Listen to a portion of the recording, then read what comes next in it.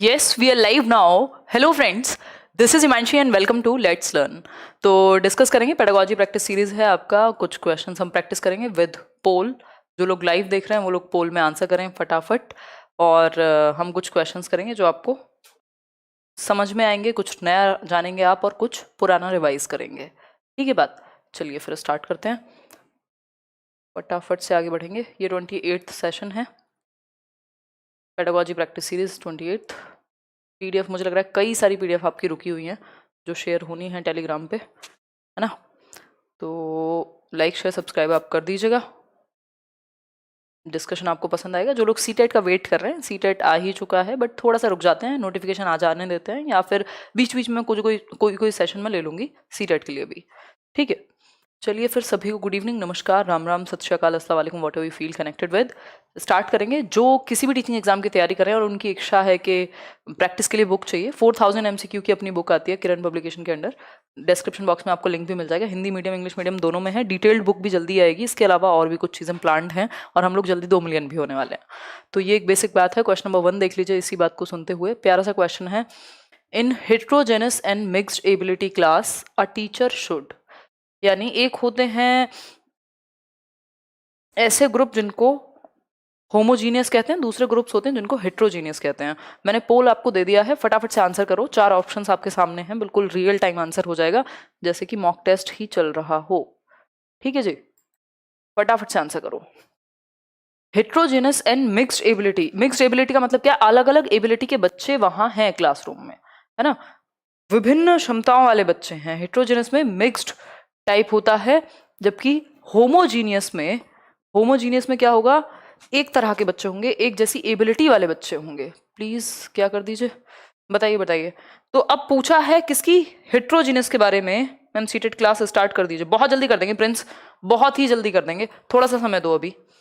ठीक है, D++ all subjects. फिर करियर पे बैचेस चलते हैं, वहाँ अलग अलग टीचर्स हैं जो अपना सालों साल से पढ़ा रहे हैं। मैं यहाँ पे CDP ही डिस्कस करती हूँ मेनली। प्रैक्टिस एग्जाम टाइम पे कुछ कुछ हो जाएगी। देखो, हेट्रोजेनस यानी इसको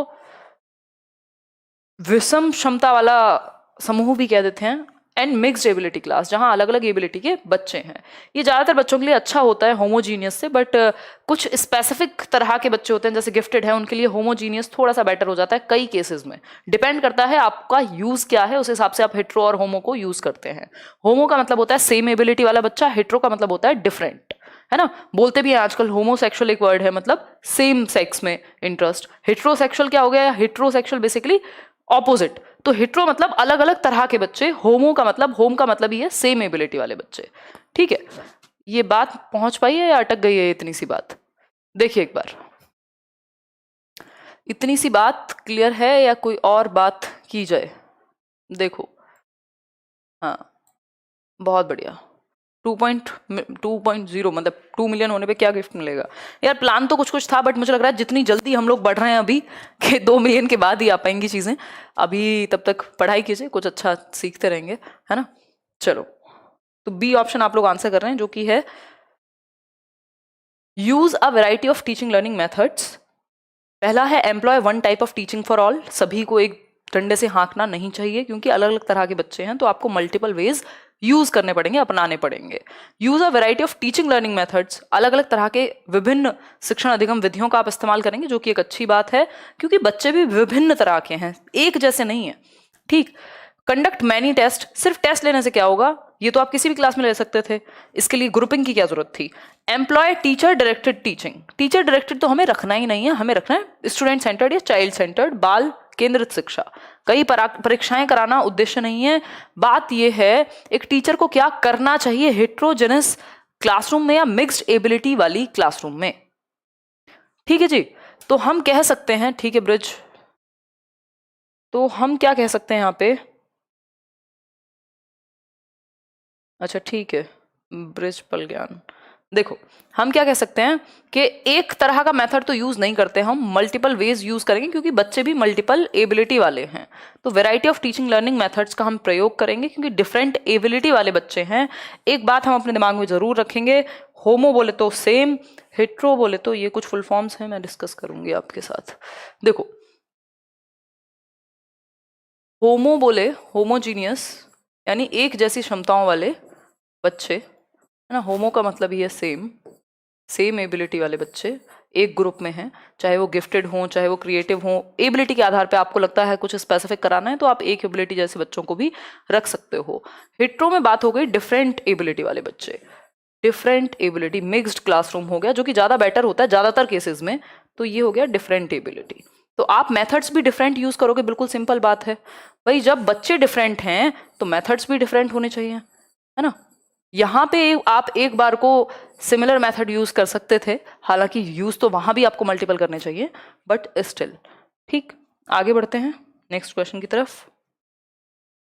आंसर था इसका बी ऑप्शन सही, बाकी ऑप्शन से। क्वेश्चन नंबर 2 देखिए एक बार, सेकेंड क्वेश्चन आपके सामने। According to the NCF it is important to focus on errors because they, NCF के मुताबिक त्रुटियों पर ध्यान देना क्यों जरूरी है। एनसीएफ कहता है कि एरर्स क्या है, विंडो है एक तरह से बच्चे की लर्निंग के लिए।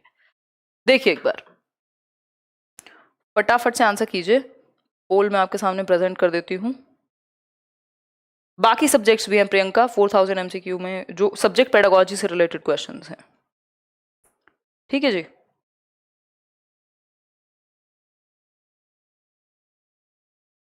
भास्कर क्या कहना चाहते हो भाई? चलो खैर ये सब बातें चलती रहेंगी, मैं आपको नेक्स्ट क्वेश्चन दे देती हूँ इसी बात पे, पोल ले लीजिए। देखो सबको सेटिस्फाई नहीं किया जा सकता, सबको खुश नहीं किया जा सकता, कोशिश रहती है कि ज़्यादा से ज़्यादा बेहतर किया जाए। आंसर करो फटाफट से, आंसर करो फटाफट फटाफट, और लाइक शेयर भी करते रहो जैसे जैसे आप लोग ज्वाइन करते जाओ। भाई क्वेश्चन है according to the NCF, NCF के अकॉर्डिंग जो गलतियां हैं, according to the NCF it is important to focus on errors, गलतियों पे भी फोकस किया जाना चाहिए बच्चों की, लेकिन क्यों एरर्स पे फोकस, आखिर क्यों एरर्स को जानना क्यों जरूरी है, त्रुटियों को जानना क्यों जरूरी है। पहला ऑप्शन है provide opportunity to the students to scold, यानी डांटने का मौका मिल जाएगा जैसे ही गलती निकालना आप शुरू करेंगे, जैसे ही गलतियों को पहचानेंगे तो आप बच्चों को डांट लगाएंगे, ये तो फोकस नहीं होना चाहिए एटलीस्ट। फिर क्या है B option, provide an opportunity to remove students from the school, यानी स्कूल से छात्रों को हटाने का अवसर। भाई आप सिखाने के लिए आए हैं या बच्चों को डांटने फटकारने उनको स्कूल से निकालवाने के लिए आए हैं, ये तो नेगेटिव हो गया, ये नेगेटिव बातें हैं, बिल्कुल नहीं हो सकता आंसर, ठीक। भाई रिमूव कर दिया आपने, आपको प्रॉब्लम का सॉल्यूशन ढूंढना था, आपने कहा बच्चे को ही ले जाओ, है ना। Helps to brand students as slow learners, brand कह लीजिए या लेबल कह लीजिए, आपका काम कभी भी लेबल करना नहीं होता, बच्चे पे ठप्पा लगाना नहीं होता कि ये स्लो है, ये बहुत अच्छा है, ये बढ़िया है, ये बेकार है, ठीक है। बच्चा, हर एक बच्चा अच्छा है, वो अपनी गति से सीखेगा, अपने तरीके से सीखेगा। एक ही आंसर यहाँ पॉजिटिव है, provide an opportunity to identify the thinking of the child, बच्चे की सोच की पहचान करने का अवसर मिलता है जब आप बच्चे की गलतियों को जानते हैं, तो आप समझ पाते हैं कि जब मैं कोई चीज डिस्कस करती हूं या करता हूं तो होता क्या है कि मैंने तो मान लो कोई एक बात बताई, बच्चे उसको कैसे समझते हैं या उनकी गलतियां ये बताती हैं कि वो सोचते कैसे हैं, वो चीजों को देखते कैसे हैं, वो विंडोज हैं एक तरह से, एक विंडो है, एक खिड़की के जैसी है बच्चे की थिंकिंग प्रोसेस में, जिसके थ्रू आप बच्चे की थिंकिंग प्रोसेस में जा पाएंगे जब आप उसकी नोटबुक चेक करते हैं, जब आप उसकी गलतियों का पता लगाते हैं, ठीक है। तो डी ऑप्शन मच बेटर है, और आप लोगों ने आंसर भी ज्यादातर डी ऑप्शन ही दिया जो कि 88% आंसर है। देखो नेहा गुप्ता कह रही हैं कि करियरविल पे ऑनलाइन क्लास क्यों करा रहे हैं, रिकॉर्डेड क्यों नहीं रहने देते हैं, दुनिया लाइव चाहती है। अब देख रहे हो आप अलग अलग तरह के लोग हैं, कैसे इनको खुश किया जाए बताओ। सीखने के अलावा हर चीज पे हमारा फोकस है। देखिए क्वेश्चन नंबर 3 देखिए एक बार, पोल ले लीजिए, और आसान क्वेश्चन है बट ध्यान से आंसर कीजिएगा, बोर्ड ने इसका आंसर गलत दिया है, ये आया हुआ क्वेश्चन है सैकड़ों बार, और इस बार भी D+B में पूछा था और वहां गलत आंसर दे दिया, बताओ, जो कि बहुत ही मतलब दुख की बात है कि इतने आसान क्वेश्चन का आंसर गलत है। ऐसी स्थिति में सबको नंबर मिलने चाहिए, बट क्या कर सकते हैं। देखिए एक बार, reading and writing in language learning dash is और are called passive skills, passive होती है निष्क्रिय या जो कम एक्टिव हैं, लैंग्वेज स्किल्स जो कि 4 बेसिक स्किल्स होती हैं, LSRW, लिसनिंग स्पीकिंग रीडिंग और राइटिंग, सु बो पाली, सुनना बोलना पढ़ना और लिखना, इनमें से 2 एक्टिव स्किल्स कहलाती हैं और 2 पैसिव स्किल्स कहलाती हैं। अब पैसिव स्किल्स कौन सी हैं इसमें? रीडिंग क्या है? पैसिव है क्योंकि आप कुछ प्रोड्यूस नहीं कर रहे, आप अपने अंदर कुछ भर रहे हैं, रिसीव कर रहे हैं।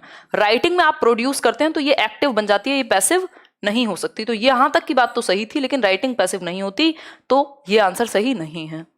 नेक्स्ट है रीडिंग यानी पढ़ना मतलब रिसीव करना। रिसीव करना मतलब पैसिव होकर के आप रिसीव करेंगे, अनुमान लगाने के लिए बात है। स्पीकिंग में तो आप प्रोड्यूस कर रहे हैं, प्रोड्यूस करते समय जब मैं बोल रही हूं तो एक्टिव हूं ना पूरी तरह से, नहीं तो बोल ही नहीं पाऊंगी। तो ये आंसर तो कभी नहीं हो सकता। क्यों नहीं हो सकता? क्योंकि स्पीकिंग क्या है? एक्टिव है। यहां है लिसनिंग। हाँ, लिसनिंग बिल्कुल एक ऐसी स्किल है। लिसनिंग क्या है? जब आप पैसिव होते हैं, जब आप अपने अंदर भर रहे होते हैं चीजों को, जब आप रिसीव कर रहे होते हैं तब आप पैसिव होते हैं। रिसीव कब करते हैं हम? जब हम पढ़ते हैं यानी रीड करते हैं, और जब हम सुनते हैं यानी लिसनिंग के दौरान। स्पीकिंग में तो हम एक्टिव होते हैं, तो ये तो एक्टिव स्किल होनी चाहिए। आंसर बोर्ड ने डी दे दिया, जो कि गलत है, बिल्कुल गलत है। एक बार गलती हो जाए जरूरी नहीं अगली बार भी गलती होगी। तो आंसर इसका बी है सही, और हम बी के साथ ही जाएंगे। पता नहीं आप लोग 41% कैसे आप लोग आंसर दे रहे हैं कि डी ऑप्शन, जो कि पॉसिबल भी नहीं है डी। तो किसी भी स्थिति में स्पीकिंग को आप कैसे पैसिव कहोगे, है ना? Himanshu Singh inspiration super chat करके कह रहे हैं, प्रणाम मैम, मेरा नाम ललन आर्या है, मैंने जो मैनेजर एक्सेस दिया है वो सही हाथों में है ना, बस कंफर्म करनी थी। मतलब नहीं पता है हिमांशु सिंह इंस्पिरेशन, आपका जो ये चैनल है आप किस बारे में बात कर रहे हैं। अगर हमारे मैनेजर एक्सेस की बात कर रहे हैं तो हाँ बिल्कुल, कुछ लोगों को ब्लॉक कर दिया गया है, तो वो थोड़ी बहुत भी उदंडता अगर दिखाते हैं तो, क्योंकि कुछ टाइम से यहाँ चैट में कुछ भी बातें चलती थी, तो वो मैं समझती हूँ। बाकी सब ठीक है। चलिए, बी ऑप्शन यहाँ सही आंसर है। B option is the right one over here. Reading यहाँ पैसिव है, बाकी सारे एक्टिव हैं, क्योंकि यहाँ गड़बड़ है, एक एक्टिव दे दिया एक पैसिव दे दिया, आंसर हो ही नहीं सकता। Question number 4। तो ऐसे फंसते हम कई बार, आसान क्वेश्चंस के भी ऑप्शंस अगर टेढ़े मेढ़े हो जाएं तो गलती होने के चांसेस बढ़ जाते हैं।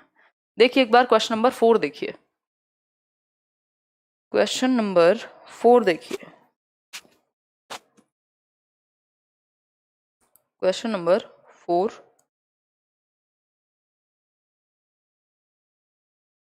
क्वेश्चन नंबर 4 देखिए, आंसर कीजिए पोल लेकर के।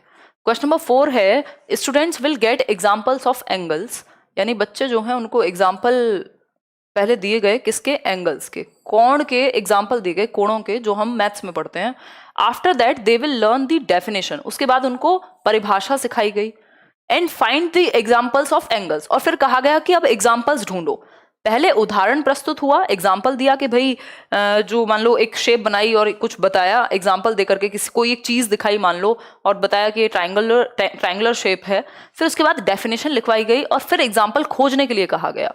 तो ये कौन सा मेथड इसमें फॉलो किया गया है? कंस्ट्रक्टिविस्ट, डिडक्टिव, डिस्कवरी या इंडक्टिव? आंसर कीजिए, सोच समझ के आंसर कीजिए। ठीक, डिस्कवरी मेथड जैसा यहाँ पे कुछ है नहीं, कुछ नया डिस्कवर नहीं किया गया है। कंस्ट्रक्टिविस्ट अप्रोच है, हाँ बच्चा एक्टिव है, लेकिन ये मेथड कौन सा है बाय डेफिनेशन वो समझना है हमें। अगर ये दोनों ऑप्शन नहीं होते तब हम इसके साथ जा सकते थे। डिडक्टिव में तो सबसे पहले डेफिनेशन या रूल बता दिया जाता है, जो कि यहाँ बाद में बताया गया है, यहाँ पे पहले एग्जाम्पल दिया गया है। तो एग्जाम्पल है, that means example to rule जाना इंडक्टिव मेथड कहलाता है। आगमन विधि कहलाती है, जब हम पहले उदाहरण देते हैं फिर डेफिनेशन बताते हैं, उसके बाद उदाहरण खोजने को कहते हैं। फॉर एग्जाम्पल, मैंने आपको 4 एग्जाम्पल दिए किसके? संज्ञा के मान लो तुम्हारा नाम रोहित है, तुम्हारा नाम रानी है, तुम्हारा नाम पिंकी है, जो भी नाम है, इन सब नामों को, या कोई तुम्हारी फेवरेट डिश है, उन सब नामों को हम क्या कहते हैं? संज्ञा कहलाती हैं। तो फिर उसके बाद मैंने डेफिनेशन बता दी कि name of a person, place और thing is known as noun. बाद में मैंने कहा अब तुम इसके बेसिस पे, इस डेफिनेशन के बेसिस पे एग्जाम्पल ढूंढो। ये क्या हुआ? पहले मैंने इंडक्टिव अप्रोच से प्रयास किया, पहले एग्जाम्पल दिया, फिर रूल बताया, फिर उसके बाद उदाहरण खोजने को कहा। तो डी ऑप्शन नो डाउट इसमें सही आंसर है। सिर्फ 62-3% आंसर्स आपके सही आ रहे हैं, आप लोग मतलब गड़बड़ कर रहे हैं आंसर देने में। ये तो आसान है। Inductive, deductive. डिडक्टिव में क्या होता है? पहले नियम बता दिया जाता है, पहले डेफिनेशन बताई जाती है, फिर रूल की तरफ जाते हैं। इंडक्टिव में पहले एग्जाम्पल बताया जाता है, फिर रूल की तरफ जाते हैं। इंडक्टिव में नोन टू अननोन जाते हैं, जबकि डिडक्टिव में उल्टा है। क्वेश्चन नंबर 5 देखिए एक बार। क्वेश्चन नंबर 5 देखिए फटाफट से, पोल मैं आपको दे देती हूं।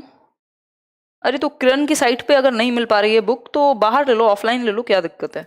किसी भी पूरे देश भर में ज़्यादातर जो शॉप्स हैं बुक की, वहाँ आपको मिल जाएगी बुक, या अमेजोन फ्लिपकार्ट पे भी मिल जाएगी। देखो एक बार फटाफट से बताओ। अच्छा, हैक नेटवर्क, खतरनाक खतरनाक नाम है आप लोगों के, साफ दिखाई देगा भाई। अच्छा अच्छा, तो कोई बात नहीं नेहा गुप्ता, रिकॉर्डिंग तो रहती है ना लाइव क्लासेस की। अगर रिकॉर्डिंग नहीं मिल पा रही है फिर आप टीम को फोन कीजिए करियर में। रिकॉर्डिंग तो हमेशा हर क्लास की मिल जाएगी आपको। भाई आप लाइव ना देख पाए, किसी कारणवश आपके एग्जाम है, which of the following helps develop language skills, यानी कौन सी एक चीज मदद करेगी भाषा कौशलों को डेवलप कराने में। भाषा कौशल आप जानते हैं, लिखना पढ़ना बोलना सुनना, यही 4 होते हैं। ठीक, वोकैबलरी का इस्तेमाल, या फिर एक्सप्लेनेशन ऑफ स्टेटमेंट्स को एक्सप्लेन करना, preparation of various literature forms, या रीडिंग द लैंग्वेज, यानी भाषा को पढ़ना। लैंग्वेज स्किल्स को बेहतर तरीके से डेवलप करने में कौन सा एक ऑप्शन ज्यादा मददगार साबित होगा। ए ऑप्शन के साथ जा रहे हैं आप लोग। 39% आंसर्स जो हैं वो ए ऑप्शन की तरफ हैं, जो कि बिल्कुल गलत है ना, जो कि पूरी तरह से गलत है, सही नहीं है।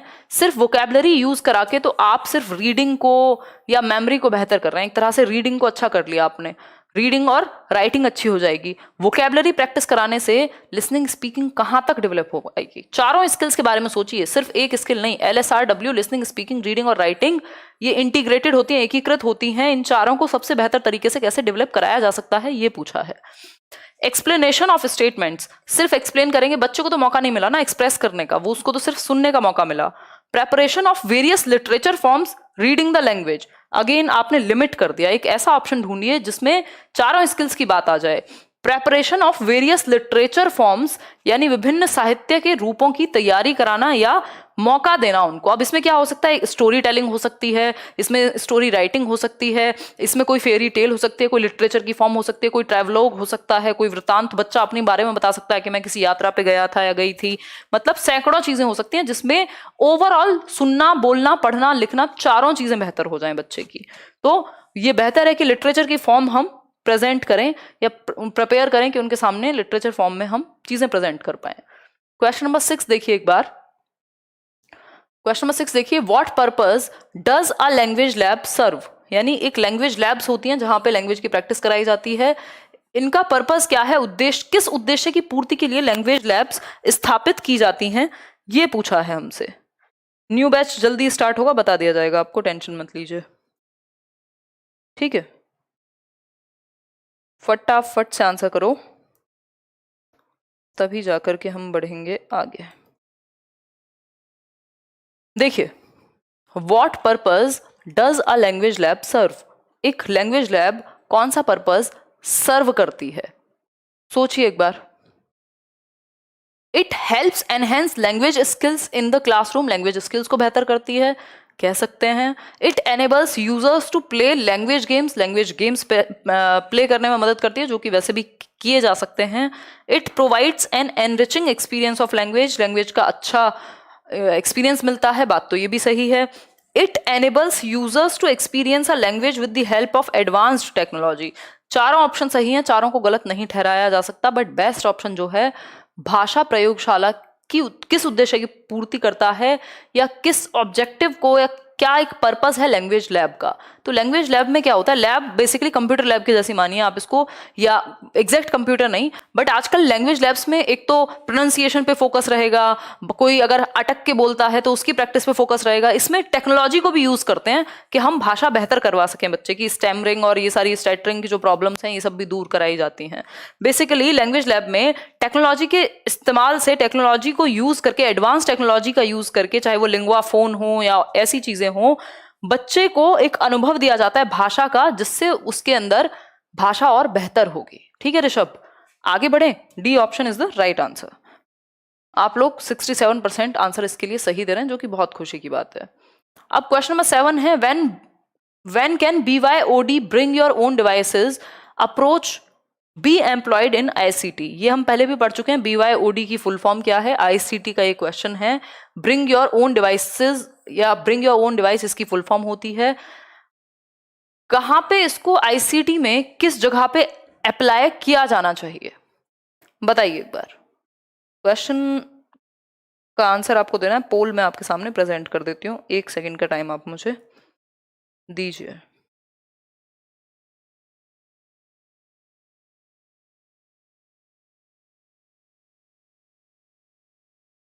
ठीक है,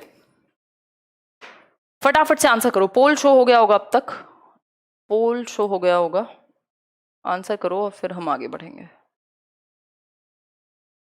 है ना?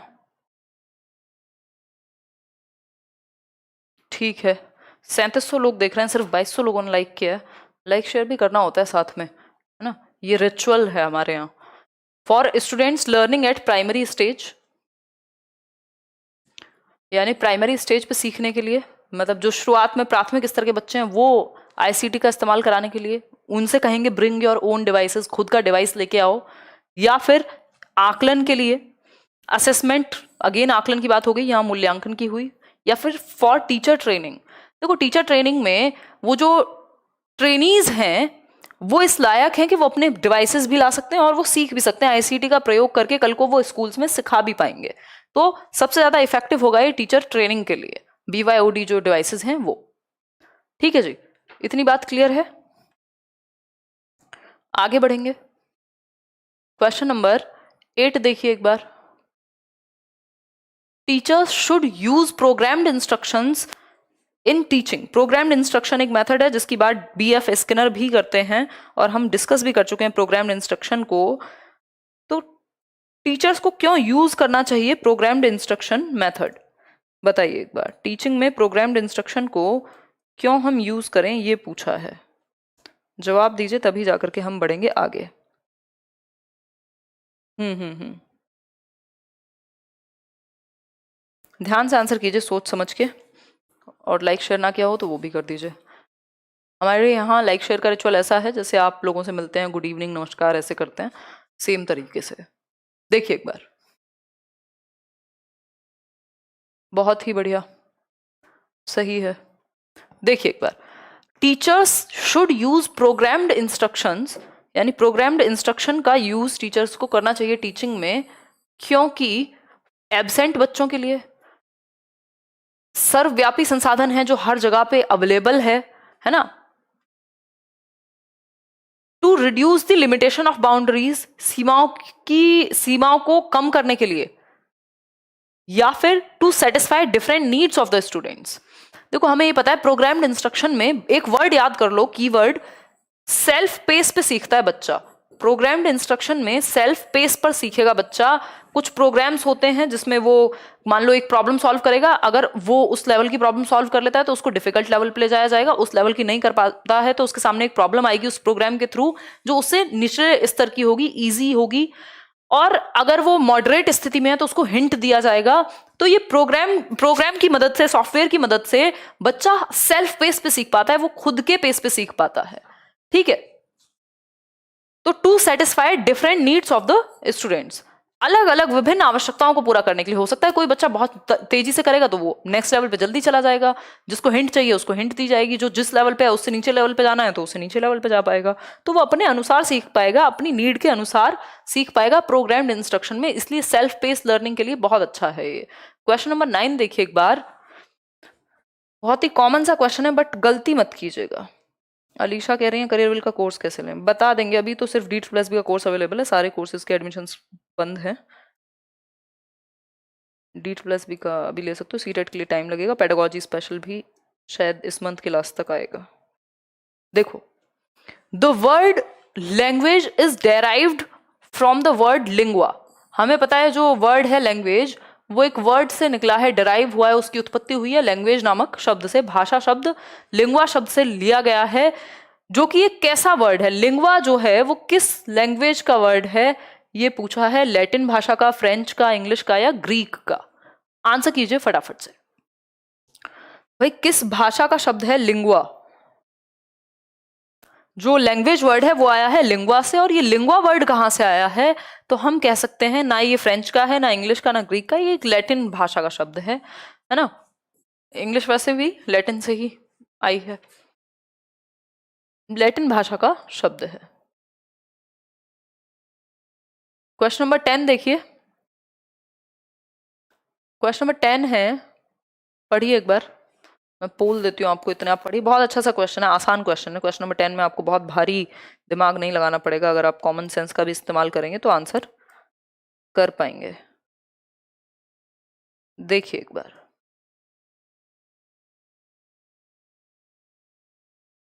देखिए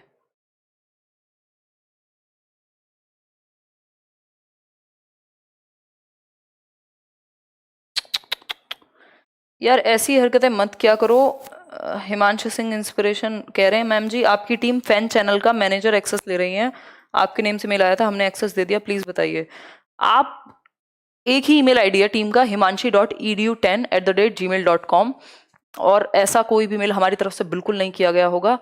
तो आप वो मैनेजर एक्सेस हटा दें, और ऐसा कोई भी गलत मेल अगर किसी के पास भी जाता है तो ऐसे किसी को भी एक्सेस ना दें जब तक या तो मुझसे बात ना हो जाए या कोई और इस तरह की बात ना हो, है ना।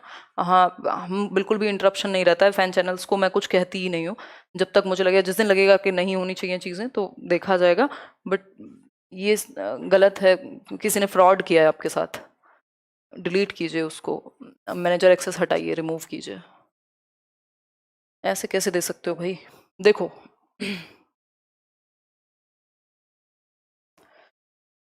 technology can replace the teacher in coming decades and we will see no teacher in classroom। यानी आने वाले दशकों में, जो आने वाले डेकेड्स हैं, आने वाले सालों में हमें दिखेगा कि टेक्नोलॉजी टीचर को ही रिप्लेस कर देगी। मतलब टीचर की जरूरत ही नहीं होगी, टेक्नोलॉजी ही काफी होगी, कंप्यूटर अपने आप पढ़ा लेगा आपको। ये बात सही है या गलत है? The first part of this statement is true, यानी technology can replace the teacher, ये वाला पार्ट सही है। या फिर सेकंड पार्ट जिसका मतलब है in coming decades and we will see no teacher in classroom, कोई टीचर ही नहीं दिखेगा क्लासरूम में। या फिर ये पूरा ही ट्रू स्टेटमेंट है, सत्य कथन है, या फिर दिस स्टेटमेंट इज फॉल्स। क्या लगता है आपको? आप लोग तो आंसर करने में लगे हुए हैं, ये ऑप्शन को सही बता रहे हैं, खतरनाक हो गए भाई, हद कर दिया आपने, बिल्कुल बिल्कुल हद कर दी। ये वाला मैंने एक्सपेक्ट नहीं किया था आप ऐसा आंसर करेंगे। The first part of this statement is true. क्या ट्रू है? टेक्नोलॉजी नहीं रिप्लेस कर सकती भाई टीचर को। ऐसे तो फिर सब गूगल से ही पढ़ लेते, सारी यूनिवर्सिटीज बंद हो चुकी होती और आपको यहाँ जरूरत नहीं होती मेरी, एक रोबोट खड़ा कर देते, है ना। जो ह्यूमन टच है, जो अनुभव है, जो एक्सप्लेनेशन है, जो शब्दों का चुनाव है, टीचर को रिप्लेस करना असंभव के बराबर है ना। तो ये स्टेटमेंट टोटली फॉल्स है। ऐसा नहीं है कि आने वाले दशकों में टीचर को रिप्लेस कर दिया जाएगा। टीचर तो है ही ना, चाहे आज हम कैमरा के थ्रू मिल पा रहे हैं, पहले डायरेक्ट मिल लेते थे, लेकिन टीचर तो है ना किसी फॉर्म में, है ना। तो टीचर को रिप्लेस करना संभव नहीं है, टीचिंग को रिप्लेस करना संभव नहीं है। टेक्नोलॉजी को यूज करने के लिए भी लोग चाहिए, लेकिन टीचर को ही रिप्लेस कर दिया जाएगा, ये गलत स्टेटमेंट हुआ। तो डी ऑप्शन इसका सही है। क्वेश्चन नंबर 11 पे चलिए एक बार। क्वेश्चन नंबर 11 है, what qualities are required for a good mathematics teacher.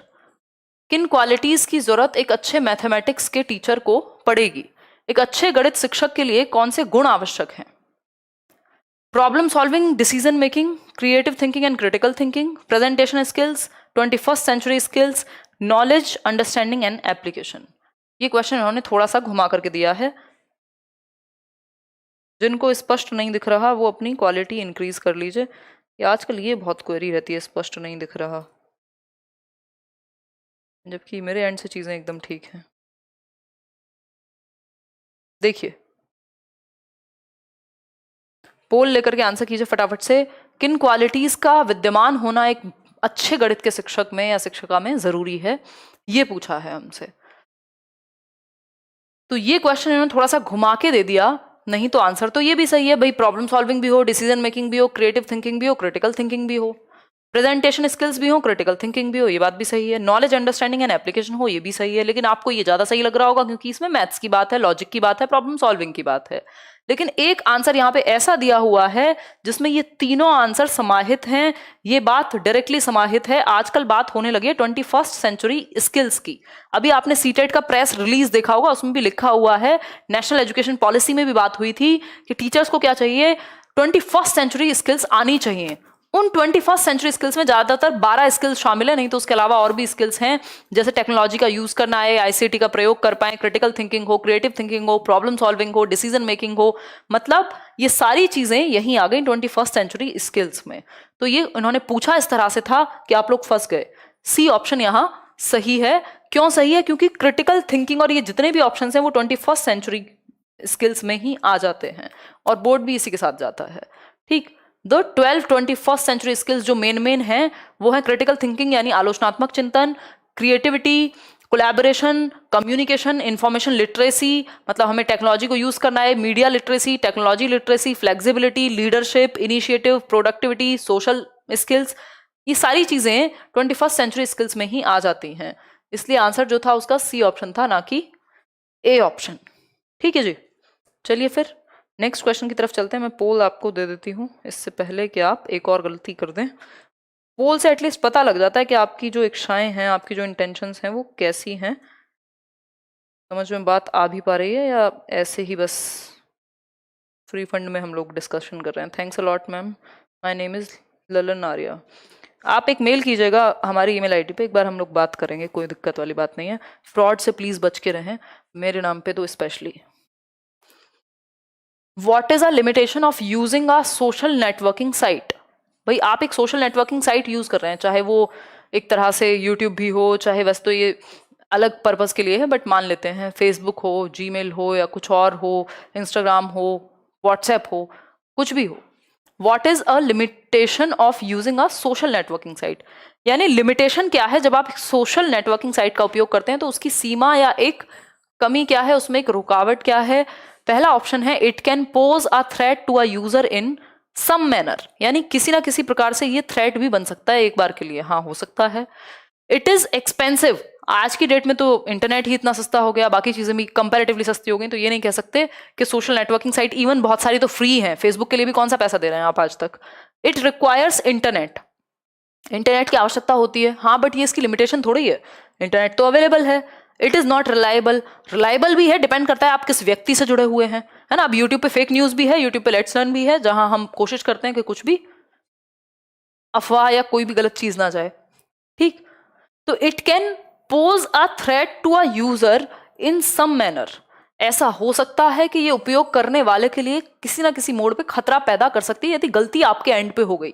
अभी जैसे फॉर एग्जांपल इन्होंने बताया, जो भी एक चैनल थे अभी, कि उनसे मैनेजर एक्सेस मांग लिया गया मेल करके, तो ऐसी गलती हो सकती है।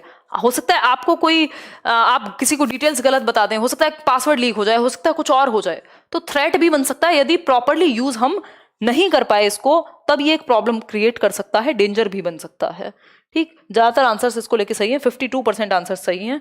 मिक्स्ड आंसर देते हो, मतलब कभी भी ऐसा नहीं देखा जाता कि इतने आसान क्वेश्चन को सही दे दो। ये लास्ट क्वेश्चन आज के लिए।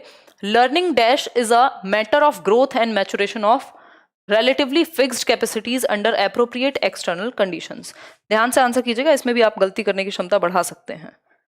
सीटेट बस आने में ही है, तो फॉर श्योर आएगा ही, निश्चित रूप से आपका दिसंबर जनवरी में होना ही है। पढ़ाई शुरू कर दो अपनी, और जो जो चेंजेस होंगे हम लोग काम कर लेंगे उन पे, एक बार नोटिफिकेशन जारी होने दो। इतने पुराने वीडियोस से तैयारी करो। देखो एक बार, learning dash is a matter of growth and maturation of relatively fixed capacities under appropriate external conditions, यानी सीखना, क्या सीखना, डैश सीखना या क्या सीखना उपयुक्त बाहरी परिस्थितियों में अपेक्षाकृत स्थिर क्षमताओं की वृद्धि और परिपक्वता का मामला है, यानी मेच्योरिटी आनी चाहिए इवन आपके एक्सटर्नल कंडीशंस में भी, और धीरे धीरे ग्रोथ का पार्ट है, थोड़ा सा कॉम्प्लेक्स होता है in nature. Writing, language, communication या लिसनिंग, बताइए एक बार। सब अपनी अपनी मर्जी से आंसर कर रहे हैं। इसका सही आंसर जो है वो राइटिंग है। हालांकि कम्युनिकेशन में भी कोई बुराई नहीं थी अगर बात हम इसकी करते, बट वही है कि मैचुरेशन की बात नहीं होती कम्युनिकेशन को लेके। राइटिंग को जनरली माना जाता है कि कॉम्प्लेक्स एबिलिटी है, बाकी लिसनिंग जो स्किल्स हैं लैंग्वेज की, उनसे एक सर्टेन मैच्योरिटी चाहिए, चाहे वो बच्चे की मोटर स्किल्स में हो, यानी फाइन मोटर स्किल्स हाथों में हो, चाहे वो उसका सुनना, बोलना, पढ़ना, पीछे वाली स्किल्स उसने मास्टर कर ली हो, तब वो सीखेगा। तो राइटिंग के साथ हम जाएंगे, जो कि सही आंसर है यहाँ। नहीं तो आप चाहें जोड़ना तो तीनों को जोड़ देंगे, लेकिन पॉसिबल नहीं है वो। पीडीएफ मैं कोशिश करूंगी सारी शेयर हो जाए इस सैटरडे या जब भी पॉसिबल होगा, ठीक है। आउट ऑफ 13 आपके कितने क्वेश्चन ठीक हुए हैं ये बता दीजिए। आउट ऑफ 13 क्वेश्चंस कितने ठीक हुए हैं ये बता दीजिए एक बार, फिर हम आगे बढ़ेंगे। जल्दी बताइए।